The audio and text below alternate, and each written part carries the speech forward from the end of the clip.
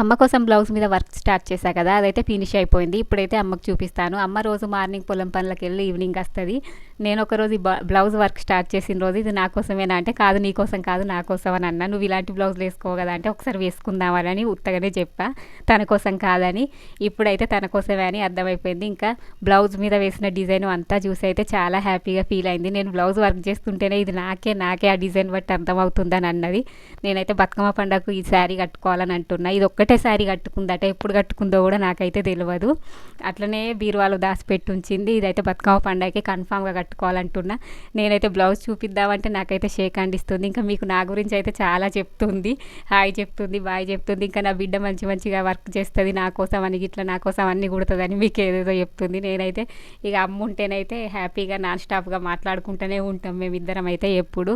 మీకు మా వీడియో ఎలా అనిపించిందో కామెంట్ చేయండి. అండ్ నెక్స్ట్ వీడియోలో ఈ బ్లౌజ్ వర్క్ ఎలా చేశానో చూపిస్తాను.